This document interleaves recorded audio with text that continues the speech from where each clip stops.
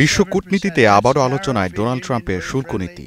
মার্কিন প্রেসিডেন্টের সিদ্ধান্ত শুধু বিশ্বজুড়ে তোলপাড়ি সৃষ্টি করেনি, ধরাশায়ী করেছে বহু দেশকে। এবার সেই শুল্ক নীতি নিয়ে বড় ধাক্কা খেলেন ডোনাল্ড ট্রাম্প।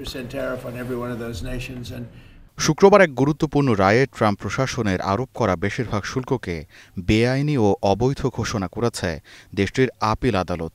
এখানেই শেষ নয়, বিষয়টি এখন সুপ্রিম কোর্টে গড়াতে যাচ্ছে, আর সেখানেই নির্ধারিত হবে শুল্কনীতির চূড়ান্ত পরিণতি। ফেডারেল সার্কিট কোর্ট অব আপিলস ৭-৪ ভোটে জানায়, ট্রাম্প দেশটির জরুরি অর্থনৈতিক ক্ষমতার আইন ব্যবহার করে শুল্ক আরোপ করতে পারেন না।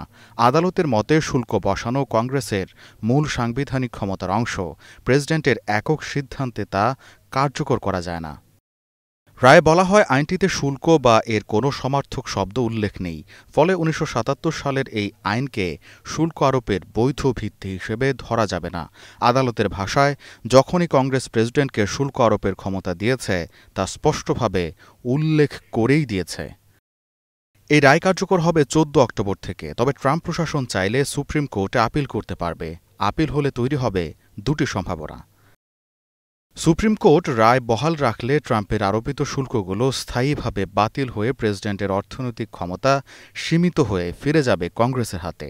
তবে আইনি লড়াইয়ে রায় যদি নিজের পক্ষে আনতে পারেন ট্রাম্প, তাহলে নজিরবিহীন শুল্ক আরোপের ক্ষমতা পেয়ে যাবেন মার্কিন প্রেসিডেন্টরা।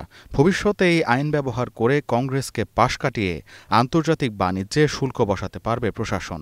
তাই আশঙ্কা করা হচ্ছে, আন্তর্জাতিক বাণিজ্য ব্যবস্থায় বড় ধরনের অনিশ্চয়তা সৃষ্টি করতে পারে এটি। এদিকে এরই মধ্যে এই রায়কে দেশের জন্য ধ্বংসাত্মক বলে আখ্যা দিয়েছেন ট্রাম্প। দাবি করেন, শুল্ক তুলে নিলে যুক্তরাষ্ট্র আর্থিকভাবে দুর্বল হয়ে পড়বে এবং জাতীয় নিরাপত্তা হুমকির মুখে পড়বে। সম্প্রতি প্রেসিডেন্টের অতিরিক্ত ক্ষমতা প্রয়োগে সতর্ক অবস্থানে সুপ্রিম কোর্ট। বাইডেন প্রশাসনের ছাত্রঋণ মওকুফ ও জলবায়ু পরিবর্তন সংক্রান্ত নীতিকেও অবৈধ ঘোষণা করে আদালত।